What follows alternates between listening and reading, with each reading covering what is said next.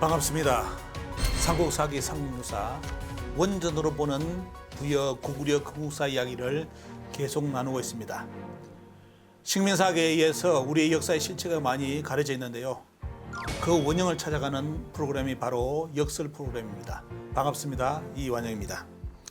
오늘은 이제 고구려 부여 관련된 역사 세 번째 시간을 맞이했는데 여러분들 이제 해모수의 실체에 대해서 여러분들 이제 정확하게 인식하셨을 것이며, 그리고 이제 또 그 북부에 새로운 인물이 등장하는데 동명제까지 여러분들께 저번 이야기를 통해서 전해드렸습니다. 그래서 오늘은 이제 실제로 이제 동명제의 실체에 대해서 접근하는 방법을 한번 이제 진행할 건데 보면요. 하여튼 이 실체가 드러나야만 나중에 고주몽과의 이제 차별성이라든지 이런 부분이 밝혀집니다. 그래서 역사 원문을 가지고 여러분들과 한번 그 이야기를 나누고자 합니다. 그래서 이제 먼저 오늘 삼부 서두는 절대로 고주몽과 동명왕의 관계를 정확하게 파괴하는 것이 더 이제 중요한 접근 방법이라는 걸 말씀드리고요. 자, 이제 삼성기상 기록을 한번 여러분들 북부여기 기록 속에서 나오는 연기라는 고리를 보여드릴 건데 보면요. 자, 이 동명왕의 존재에 대해서 여러 가지 이야기 나오지만도 다른 중국의 사서도 여러분들 말씀드리겠습니다. 그런 부분에 대한 연결고리를 말씀드리겠지만도 속이 시원하게 풀려야 되는데, 일단은 지금 이야기는 뭐냐, 동명왕과 틀림없이 고조몽은 같은 동일한 인물이 아니라는 것은 결론이 났는데, 그러면 이 미스테리한 인물 동명왕은 도대체 어디에 어떤 인물이냐 하는 거에 대해서 많은 분들이 그동안 책을 써왔고 이야기를 했지만도, 역사가서를 기도했지만도 진짜 시원하게 이야기를 한 경우가 없습니다. 근데 이 기록을 보니까 여러분도 오늘 보시면 삼성기상의 기록에 보면 뭐가 나오느냐, 계유년 BC 108년이죠. 108년은 어떤 사건이 있었는지 여러분도 아실 겁니다. 이제 이런 것만 기록만 보더라도 지금 우리나라 고조선사가 얼마만큼 잘못 가르치고 있는지, 한사고 문제를 들먹거리는 자체가 얼마만큼 정신을 못 차리고 하는 역사 내용인지를 인식할 수 있습니다. 자, BC 108년 한나라 무제 때 한나라는 군사를 움직여서, 여러분들 위에 원문이 나와 있습니다. 자, 우거를 멸했죠. 보면요, 멸망시켰고, 그때 이제 등장하는 인물이 서암록인 고두막한이 등장을 하는데, 자, 서암록인 고두막한이 정의를 외치며 군대를 일으키는데 자기를 자칭 역칭 뭐랍니까? 당군이라고 했다. 당군이라 불렀고, 을미, 그 다음에 BC 86년 을미 한 소재 때 부여의 옛 도읍지에 진출하여, 자, 이제 여러분들 여기서 이제 포인트가 한 개 또 나오죠. 뭡니까? 부여고도, 그죠? 삼국유사 삼국사기에 등장하는 북부의 해부를 밀어내고 그 빈자리를 여기서는 뭐냐면 부여고도라고 표현해놨습니다. 부여고도 쭉 이야기하면서 거기에 뭡니까? 친국 동명, 그 다음에 신라 고향야라 해가지고 부여에 대한 이야기를 여러 가지를 읽을 수 있는 코드가 보이는데, 그 중에 뭐냐면 여기에 우리가 여기서 유심히 봐야 될 게 뭐냐면 나라 이름을 동명이라 했고, 여기서 이제 동명지라는 호칭이 나온다는 것이 나옵니다. 이것이 곧 신라의 옛 땅이다 표현이 되어 있는데, 자, 여러분들 이 삼성기 기록을 생각해 보시고요. 자, 고두막한이라는 존재, 과연 저런 인물이 역사에 없을까? 하지만 이제 진짜 이 목마른 사람들, 역사를 해석할 수 있는 그 연결고리에 이걸 찾고자 하는 목마른 사람들은 어떻습니까? 이런 걸 보면 너무너무 충격받는 거예요. 야, 왜 여기에 연결고리가 여기 있구나, 바로 딱 나오는구나 해답이, 이런 걸 알 수 있는데, 자, 그 다음 들어가 보겠습니다. 여러분들 꼭 북부여기 읽어보라는 거 말씀드리고 들어갑니다. 여러분들 북부여기는 아시다시피 범세동 선생, 범장 선생이 보면요. 자, 범장이라 불리는데, 이분이 역사에 기록한 말 그대로 진짜 보물 같은 책, 당군조선 이후에 고구려하고 연결되어 있는 역사고리, 그리고 그 많은 우리 한국 역사에 수많은 부여가 등장하는데 그 부여사를 진짜 뭐 한 큐에 끝내는 것 같아요. 한 큐에. 야, 여름 뭐 북부여, 동부여, 뭐입니까? 여러 부여가 등장하나. 역사에 보면 북부여, 어떤 저 나중에 백제 남부여까지 쭉 등장하는데, 그 역사를 어떻습니까? 진짜 하나로 딱 정리해 줄 수 있는 책은 이 책밖에 없습니다. 어떤 분이 저 책을 보고 너무너무 충격받았다네. 그리고 너무너무 재밌게 봤다고. 왜? 그동안 부여에 대해서 자기가 그렇게 고민하고 책을 읽었는데, 뭐 논문 아무리 읽어봐도 우리나라 학자들 쓴 거 보면 다 뭔 소리인지 모르겠고, 전부 다 하는 사람들마다 제 스토리 써놓고 보면요, 해답이 없었는데 이 책 보니까 너무너무 충격받았다. 그냥 다 부여사가 정리돼 버렸다. 이런 말을 제게 이야기를 했습니다. 그래서 여러분들 시간이 되신다면 이 북부여기를 반드시 읽어보시고요. 제가 이제 광주도 직접 몇 번을 갔는데, 광주에 가보시면 바로 이 북부에 저술하신 바로 복의 범장 선생, 이분의 산수가 여기에 이제 옮겨진 거죠. 보면요. 여기에 옮겨져 가지고 금성범씨입니다. 여기서 이제 항상 행사를 하는 모습이 여러분들 사진에 있습니다. 그리고 이제 그 여기에 가기 전에 여러분들 먼저 들르셔야 될 마을을 이제 제가 소개해 드린다면 바로 생룡마을 들어가 보시면 바로 이제 복외거사 이제 이분의 생일을 적은 유비가 이쪽에 생룡마을에 들어가 있습니다. 여기 들어가 보시면 누각도 조그맣게 이제 지어놨기 때문에 광주 가실 때 반드시 이 생룡마을을 들리시고요. 여기 가서 먼저 보시고 그 다음에 범세동 선생의 그 묘소를 직접 이제 참배하는 것이 좋다고 봅니다. 북부여기에 보면 여기에 뭐가 나오냐면 이 고두막의 존재를 이렇게 표현해놨어요. 고두막의 존재를 한편으로 뭐라 부른다? 두막루라고 부른다. 이렇게 기술해놨습니다. 또 이 한 줄의 글이 진짜 역사에 진짜 미스터리를 밝혀줄 수 있는 아주 소중한 구절입니다.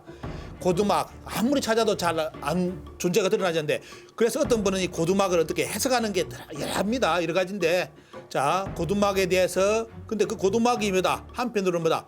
두막루다. 이렇게 북부여기에서 기술해놨는데 그러면 이제 두막루의 기록을 추적해봐야 되겠죠. 추적하다 보면 여러분들 위서라든지 보시면 물길전이라든지 열전에 보시면 어떻습니까? 두막루가 이렇게 등장을 합니다. 자 이렇게 자 역사는 어떻습니까? 해석할 수 있는 코드가 여러 가지 추적하다 보면 논리가 나오겠죠. 보면요 그 인물에 대해서 나오는데 자 여기 보니까 위서 제로에 여러분들 자료 보시기 바랍니다. 자 두막루에 대해서 이건 나라 이름으로 나오는데 보면요 아까 동명도 어떻습니까? 나라 이름이면서 동명제라고 아예 이름 그 왕을 지칭하는 제가 붙어가지고 왕 인물로 이렇게 이야기되는 것처럼 여기도 보면 어떻습니까? 두막루가 등장하는데 어디에?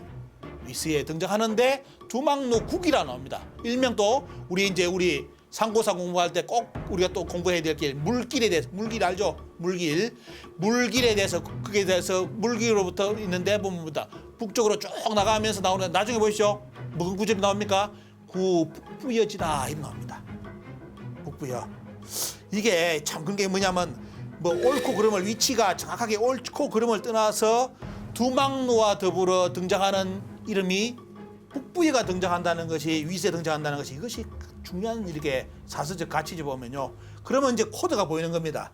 물론 학자들은 후배 학자들은 이런 걸 가지고 계속 추적해 들어가지고 이게 고두막한이라든지 동명제라든지 이 실체를 찾아내는 것이 숙제인데 문제는 뭐냐? 이런 책에 옛날 서적에 두막루와 더불어 북부여가 기록되어 있다는 거. 한국에서는 북부여도 안 가르치고 있는데 국사 시간에 이 책에 떼요.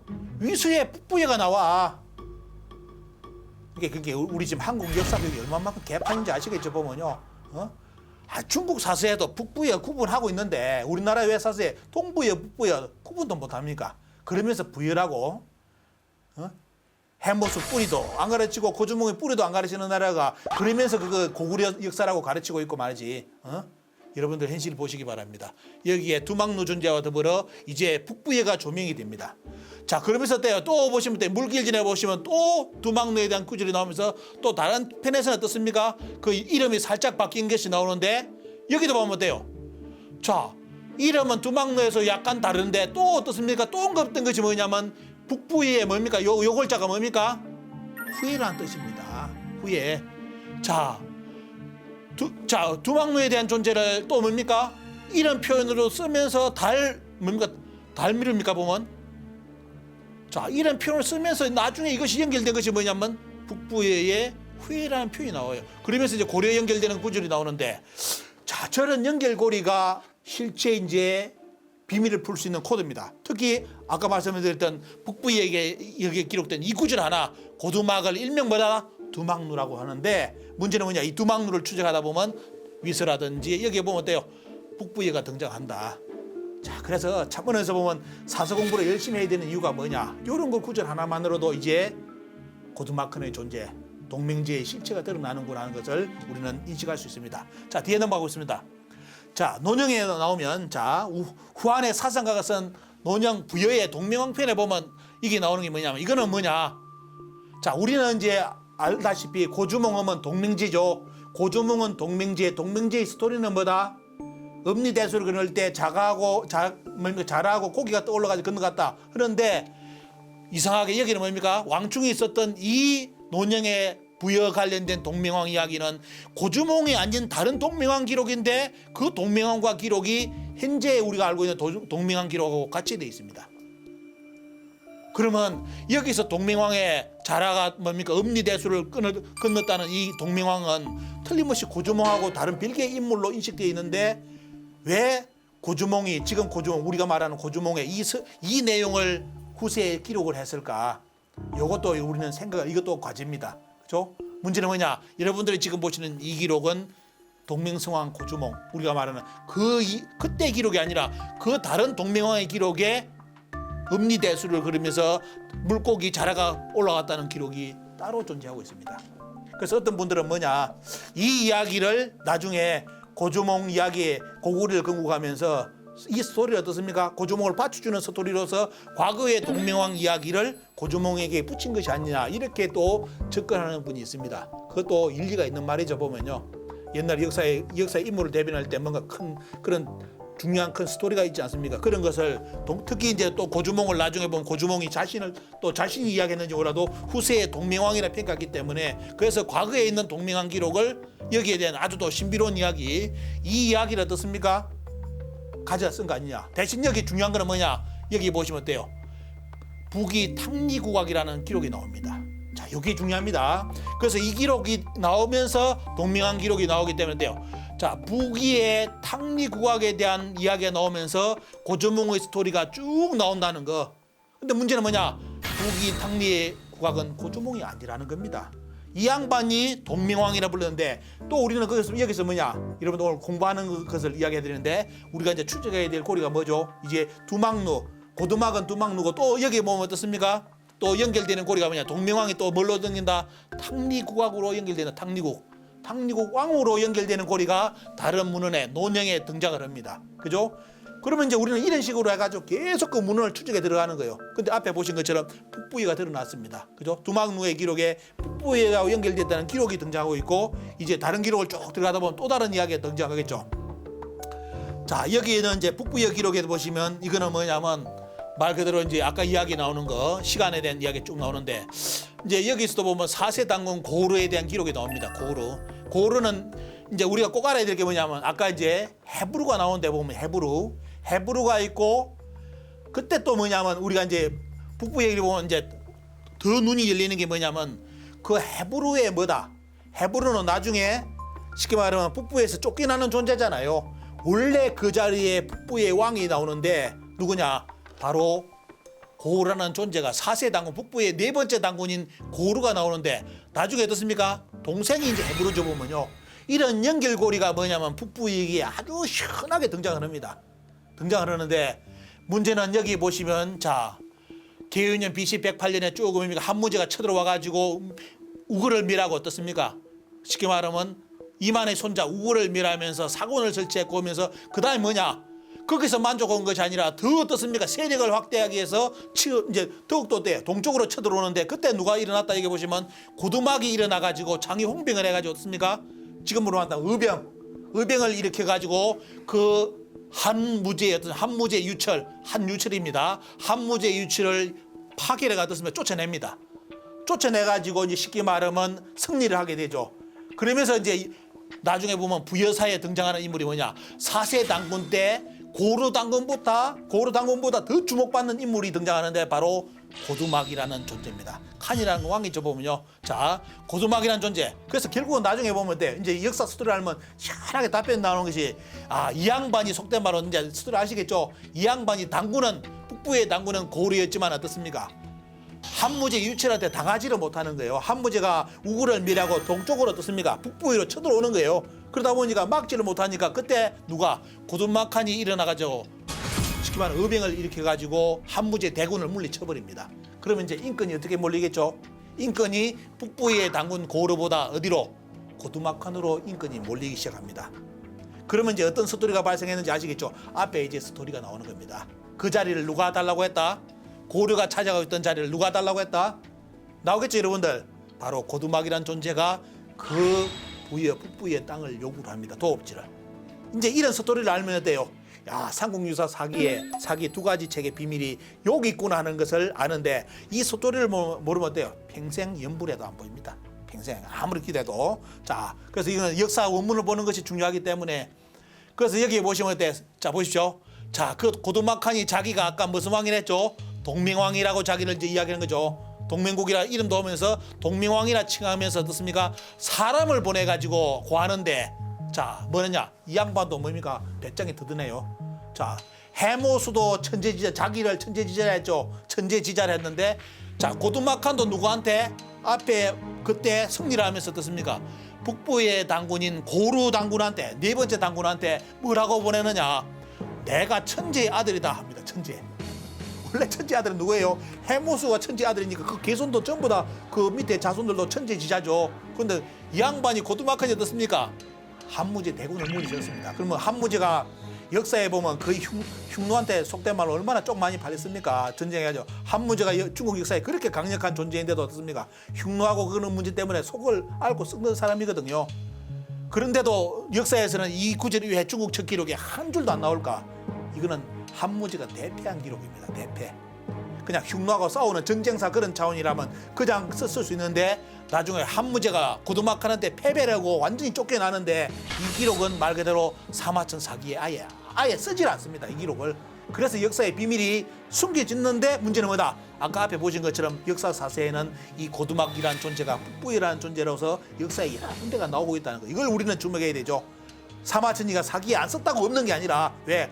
그는 중국에서 가장 강력한 왕인 또 존경받는 한무제 유철하고 당태종인데 둘 다 우리나라에 와가지고 피보고도 간 인물들입니다. 아시죠?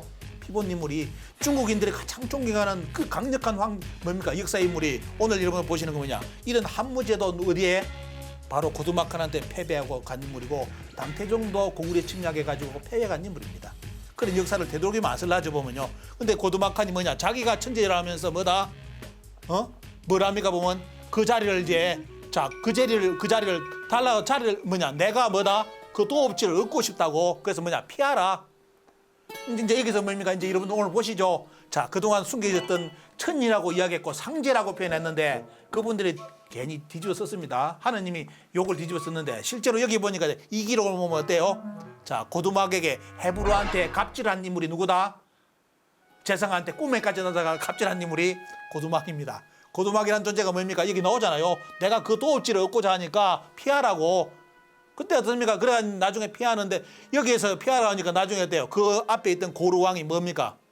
그 임금 제가 미치고 환장하는 거예요. 보면 이거 나오죠. 보면 미치고 환장해 화병이 나가지고 돌아가십니다. 붕괴했다고. 돌아가시니까 그 밑에 행지가 누구? 헤브루가 등장하죠. 이제 헤브루는 원래 어디 누구였다? 바로 북부의 네 번째 당군 고르의 동생 이 나오죠. 황의 제 동생 헤브루가 대권을 잡습니다. 그러면서 어떻게 해야 돼요? 이제 북부에서 쫓겨나가지고 통부로 이사를 가는 겁니다. 이제 스토리 이해되겠죠? 요거 이제 되면 이제 다 풀린 겁니다. 역사에 보면. 예. 그래서 실제로 보면 고두막의 존재가 여기 이제 등장하죠. 그 고두막이 뭐다? 동맹왕이었다. 바로 고조몽이 아니었다는 겁니다. 그죠? 그래서 앞에 있는 삼국유사 사기의 그 이야기 스토리가 이제 완벽하게 짝을 맞으면서 짝이 되면서 어떻습니까? 이제 비밀이 다 드러나는 겁니다. 그래서 결국 그 밑에 이야기는 이제 그래가지고 나중에 뭡니까? 이제 부여를 세우는데 그게 일명보다 동부여고 뭐다? 가스번 부여다. 이렇게 기록이 됐습니다. 우리 역사에 등장하는 동부여, 가스번 부여가 이렇게 생기는 배경을 이렇게 자세하게 기록해놨습니다. 이제 잘 이해 못하시는 분을 위해서 이렇게 그림을 그려놨습니다. 북부의 헤브루 때 고루가 화병으로 속이 뒤집어져가 어때요? 이제 돌아가시고 그 동생인 헤브루가 대권을 잡았는데 문제는 계속 압박이 오니까 어떻습니까? 자, 떠나가지고 동부여로 만듭니다. 떠나가지고 여기서 동부여를 만들고 거기에 이제 헤브루, 금화, 대소의 역사가 시작되고 그 떠난 자리에 누가 아까 압력을 줬던 누가 들었습니까? 동맹왕 고두막한이 이제 북부여 땅을 차지를 하는 겁니다. 그런데 역사에 보면 이 고두막한이 누구로 나옵니까? 마지막 고열가 당군의 후손으로 역사에 언급이 됩니다. 이것도 참 미스터리죠. 보면 마지막 고열가 당군도 직무에 스트레스 받아가지고 나 이제 당군 안 해 하면서 떠난 분이에요. 떠난 분이고 그러다 나중에 어때요? 그 자리를 누가 차지했습니까? 보면 그 자리를 해모수가 차지해가지고 북부를 건국했는데 세월이 흘러 누가 왔다? 그 고열가 당군의 후손 고두막한이 어떻습니까? 성장을 해가지고 그 당군이 떠난 그 자리를 다시 어떻습니까? 역사에 보면 어떻습니까? 뭐로 보입니까? 요거 요리 갔다 저리 갔다 대권이 바뀌는 과정이죠. 그래서 결국은 뭐냐? 고두막한 고열과 후손 고두막한이 이 자리를 와서 북부여를 차지합니다. 원래 북부여 자리는 누구의 자리였다? 원래 고열과 당군이 차지했던 자리잖아요. 재밌죠? 마지막 고열과 당군이 차지했던 자리가 북부였고 그 북부여를 해모수가 차지했는데 해모수의 4대손 때 어떻습니까? 고열과 당군의 후손 고두막한이 와서 그 땅을 다시 차지한 거예요. 이렇게 역사 스토리는 만들어진 겁니다. 자, 그리고 이제 여러분들 이제 꼭 인식해야 될 게 뭐냐면, 자, 고주몽이 탈출하는데, 자, 여기 보십시오. 자, 여기서 중요한 구절이 나옵니다. 자, 고주몽이 쭉 이제 뭡니까 보면 이제 빠져나와가지고 음리대수를 건너가 쭉 도망와 어떻습니까? 나라를 건국하는 과정이 나오는데, 자, 요 구절이 나와요. 삼국사기 고구려 봉기입니다. 요걸 국민들이 몰라요. 이 졸본부위가 뭔가 여러분들 또 공부해 보십시오. 그러다 보면 실체가 드러나는데, 그때 보니까 졸본부위에 누가 있냐? 왕이 있는데 왕이 아들이 없더라. 아들이 없어가지고 고주몽이를 보고 뿅 갔다는 거예요. 고주몽을 보니까 보통 사람이 아님을 알고 그 딸을 아내로 삼게 했다. 그 딸은 누굽니까 여러분들? 드라마 많이 봤으니까 이해해야 되겠죠? 근데 문제는 뭐냐? 우리는 이렇게 공부를 안 했죠. 고주몽의 역사를. 이 딸이 소선우예요. 소선우. 이때 원래 고주몽은 어디에서? 동부에서 누구 예시 부인을 만나가지고 사랑을 하고 빠져나오잖아요. 임신을 시킨 상태에서 나오거든. 그죠? 그러면 뭡니까? 그러면서 왕이 죽자 주몽이 자리를 계승하였다라고 삼국사기 고구려 봉기에 나옵니다. 여러분들 이 스토리 아십니까? 모르죠. 국민들이 90% 이상이. 어떤 스토리 알아? 연타발, 상인 연타발 딸 소선우, 그 돈 많은 여자를 데리고 뭐다? 고구려를 건국했다. 이렇게 고구려 연구하는 인간들이 많은 이야기를 하는 거예요. 하지만 김부식이도 삼국사기 고구려 봉기 쓸 때 제일 중요한 기록을 악부했습니다. 그게 뭐 나온다? 고주몽은 연타발 상인의 딸과 결혼한 것이 아니라 원래 부여의 왕 딸 공주하고 결혼해가지고 그 자리를 계승하겠다고 기록해놨습니다. 이게 원래 고구려 건국사예요.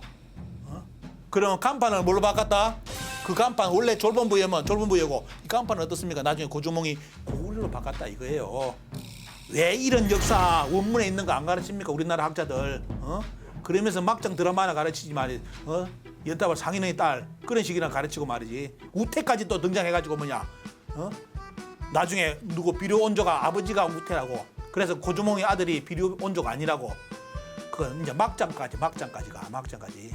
물론 듣는 입장에서는 대단히 스릴이 넘치죠. 근데 역사 아닙니다. 여기 보면 그대로 써놨잖아요. 공주와 결혼해가지고 왕을 이었다고 나오잖아요. 보면. 자, 여기도 보시죠. 삼국사기 온조왕편에 나옵니다. 온조왕편에 백제의 시조 옹조왕은 그 아버지는 추모인데 혹은 주몽이라고 한다 했다. 북부에서 난을 피하여 요 쓴 사람이 잠시 졸아가지고 동자를 써야 되는데 북자를 썼어. 그죠? 대소한테 쫓겨났으면 동부에서 탈출했지 무슨 북부에 탈출해. 이게 그게 글 쓸 때 졸면 안 됩니다. 이 보면 이 중요한 시간대 왜 동자를 북자로 고치냐면 북 썼냐 말이지. 자, 보시면 그래서 자, 원래 동부에서 난을 피하여 졸본부여를 이르는데 부여왕은 아들이 없고 딸만 쓰시했다. 더 구체적이라. 아까 딸이 있었다 했는데 딸을 줬다 했는데 여기는 딸이 3명이 있어요. 딸이 3명이 있고 주몽을 보고 뿅 가가지고 뭐래다? 누구를? 딸 중에 둘째 자를 줬다. 아내를 삼게 했다. 얼마 지나지 않아 부여왕이 죽자 주몽이 왕위를 이었다. 자, 이제 우리 국민들이 알았던 드라마가 아닙니다. 이제 고주몽 건국은 뭐냐? 고주몽은 밑에서 끼어가지고 바닥에서 일어나가 어떻습니까? 고구려 이런 수준이 아니에요. 그런 게 아니라 인물은 알아본다고 부여왕이 인물을 알아보고 어떻습니까? 자기 대권을 누구한테? 사이한테 줬다 이거예요. 사이한테 줘가지고 결국은 고주몽이 왕이 되고 그 왕이 고주몽이 왕이 돼가지고 이 나라 이름을 뭘로 바꾼다? 고구려로 바꾼 겁니다. 여러분들. 자, 역사의 원문은 이렇게 삼국사기 삼국유사에서 그대로 이렇게 기록을 해놨는데 우리는 저 역사를 우리 국민들이 모르고 있습니다. 자, 여기 보시면 이제 스토리 이제 다 잡히죠. 북부여, 동부여, 금화 쭉 나오면서 대소 때 자, 탈출해가지고 고주몽이 자기 친구들 어떻습니까? 3명을 데리고 탈출했는데 이때 어디서 만난다? 자, 여기에 보시면 스토리 부에 보십시오. 북부의 해모수의 자손 해부르가 동부에 떠나고 그 자리에 누가 들어서고 동맹제가 들어섰는데 나중에 역사에서는 뭐다? 정확하게 북부여 동부라는 구분 없이 졸본부이라는 표현을 하면서 부여왕이 등장한다는 거. 근데 그 시대 때 과연 부여가 몇 개 있는지를 봐야 되겠죠. 자, 그 부여왕을 만나가지고 주몽이 뭡니까? 사이로 들어가가지고 이 대권을 이어받았다. 요게 지금 원래 삼국사기 스토리입니다. 삼국사기 원래. 자, 그런데 우리는 저걸 안 하고 딴 이제 김부식이가 다른 밑에 토단 거 있죠 보면요. 그 이야기를 가지고 계속 고구려를 이야기합니다. 자, 이제 여러분들 이제 풀리죠 다. 국민들이 모르는 고구려 건국 과정, 이 건국에 대해서 이제 아마 실체가 드러날 겁니다. 여러분들은 이제 어떤 방향을 선택하실지, 아직까지도 연타발 상인 소선호를 생각할지, 아니면 부여의 왕의 공주 소선호를 생각할지는 여러분들이 선택하시기 바랍니다. 자, 온주왕편 아까 쭉 이야기 쭉 나오고 있고 보면요. 자, 여기도 보시면 다시 보겠습니다. 정사입니다. 자, 보십시오. 아까 다시 강조를 했는데 백제의 시조 온조왕은 아버지 추모 쫓기로 나오죠. 부여왕의 아들이 없었고 딸 셋이 있는데 두 번째 딸하고 고주몽하고 결혼해가지고 나중에 대권을 이어받았고 주몽이 아들을 낳았는데 맏아들을 비류고 온조다 써놨죠. 그런데 왜 그거다 우태를 잡아넣어가지고 이 자꾸 헷갈리게 만드는 사람들 고주몽하고 핏줄을 연기를 끊어버려가지고 어떻습니까? 우태의 자식이라느니 또 우태가 나중에 보면 돼요. 우태라는 인물이 등장 안 하니까 나중에 또 이상한 쪽으로 이야기 나오면 역사에 보면 배라발 역사가 가면 갈수록 이상한 스토리가 첨가돼가지고 나오는데 여러분들 오늘 보시면 어때요? 온조왕이 자기 족보 자기 기록 해놨으면 그쪽 기록이면 이게 더 정확한 거 아닙니까? 보면 그죠? 나오잖아요. 비류하고 온조가 고조몽하고 부여왕이 어떻습니까? 두 번째 딸하고 결혼해가 낳은 자식을 해놨는데 왜 거기다 우태를 잡아넣어가 헷갈리게 만들어? 자꾸 사생활 만들어버리고 이게 역사의 왜곡입니다. 이렇게 연상되게끔 드라마 주몽이 나갔습니다. 그 이유가 뭐냐면 보시면 돼요. 삼국사기 백제홍기에 보면 자 김부식의 이야기 중에 요 이야기 들어있어. 그 밑에 아까 부여왕의 딸하고 결혼해가지고 대권을 받았다는 거 왕이 되었는데 그 밑에다가 요걸 또 달아놨어. 김부식이가. 자 연타발 딸 상인의 딸 소선호가 뭡니까? 우태를 만나가지고 자식은 낳았는데 죽어버리는 바람에 가부를 지냈는데 그래서 나중에 고주몽이 부위에서 받아들이지 않자 뭐다? 자 남쪽으로 도망해 졸분의 일에 도읍을 세우고 고구려 했다. 이런 식으로 싹 기록한 거죠. 요게 또 김부식이가 쓰는 책이에요. 내용. 근데 우리나라 사학계는 뭐다? 어떤 걸 선택을 했다? 고구려 백제사 건국사에서 앞에 있는 이야기 부여왕의 대권을 받아가지고 공주와 결혼해가지고 대권을 받았다는 그 내용보다 막장 드라마가 다소 들어갈 수 있는 요소인 요걸 가지고 어때요? 지금까지 고구려 건국사 백제사에 다 논문도 다 이런 식으로 다 씁니다. 그러다 보니까 이제 소설 얼마나 재미난 소설이 만들어지겠어요. 왜? 시집 갔다, 죽었다, 가부됐다, 그 다음에 만났다. 얼마나 스토리가 재밌어. 이러다 보니까 원래 고구려였으면 창업 역사가 이렇게 빛을 잃어버린 겁니다. 이런 역사. 이런 거는 김부시가 나름대로 자기가 어떻게 들은 이야기를 더 썼는데 문제는 뭐냐? 주는 잊어버리고 이제 이게 부가 뭐냐? 고구려 건국사로 만들어져 버린 겁니다. 자, 이제 아시겠죠? 그리고 또 이렇게 쓸 수밖에 없는 배경이 그때 고려인이죠 보면요. 삼국사기, 삼국유사. 자, 있었던 고려인들의 의식 세계를 살짝 들여다보면 요겁니다. 왜 고구려를 저렇게 깠을까? 고구려는 뭐다? 고구려는 고조몽이 만드는데 연타발 상인의 가부 딸과 결혼해가지고 그 재산으로서 고구려를 건국했다는 논리입니다. 이런 뉘앙스가 들어가 있고 백제는 뭐다? 틀림없이 온조하고 비류 백제가 등장하는데 이거는 뭐다? 고조몽의 친자가 아니라 해부르의 서자 우태의 자손이 세운 나라다. 이제 스토리가 완전히 바뀌어요. 그죠? 이 이제 쉽게 말하면 뭐냐? 정통성이 없는 나라. 이거 나라. 고구려하고 고조몽하고 어떻습니까? 백제하고는 아무 정통성이 없다. 피도 안 섞였다. 이 논리가 있고 대신 뭐다? 신라편에 뭐냐? 신라편에 누구를 강조합니까? 자, 박희끝을 강조하면서 갑자기 뭐냐? 박희끝의 어머니를 어디다 끄다 붙여버리냐면 뭡니까? 북부이라는 기록을 없애기 때문에 뭘 어디로? 중국 황실의 딸로 나와요. 박희끝의 파소죠 보면요. 그러면서 뭐냐? 이름은 사소다. 파소하고 사소하고 같습니까? 물론 우리나라 가야사 연구하는 분들 보니까 중국에만 말도 안 되는 거 갖다 붙여가지고 이게 우리나라 그 나라라고 갖다 쓰는데 제가 보면 아무 말도 안 되거든 보면요. 왜 이제 이 고구려 백제가 이렇게 쉽게 말하면 서자 취급 당하는지 아시겠죠? 바로 이제 본국을 신라의 중심으로 쓴 기술이 나중에 삼국사기, 삼국유사입니다. 본 바탕이. 그러다 보니까 고구려 백제는 살짝 속된 말로 격화된 그런 느낌을 받게 하는 것이 건국사 이야기입니다. 자, 그리고 여기 보시면 아까 이제 이야기 동부에서 성장한 고주몽이 대소왕조를 피해서 음리대수를 건너가지고 부여왕에 갔다는 기록. 요까지도 되죠.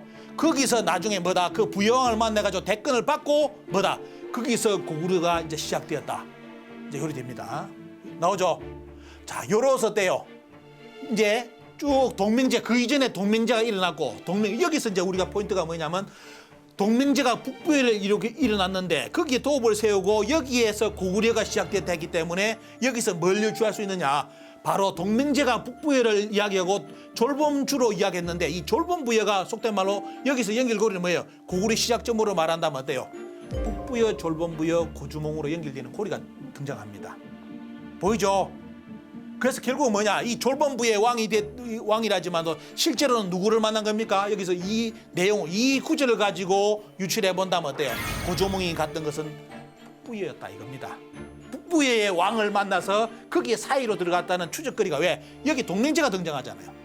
이런 앞뒤 문구 분석을 하다 보면 뭔가 실체가 다 드러나는데 대부분 이 구절을 다 놓쳐버립니다. 그러다 보니까 동맹제는 고조몽이다 해가지고 고조몽의 스토리가 완전히 섞여버리는 거죠. 자, 그러면서 아까 이야기 나왔죠. 이제 여기서 정리를 간단하게 했습니다. 그래서 고주몽은 결국은 역사 원문에 있는 것처럼 어떻습니까? 그 왕이 죽자 고주몽이 부여의 대권을 받았다는 그 기록을 우리는 이제 정리를 해야 됩니다. 그리고 여기 있는 것처럼 아까 이야기 나왔죠. 다시 정리한다면 졸본 부여에는 이미 부여왕이 있었고 고주몽은 그 부여 왕권을 얻었다는 거.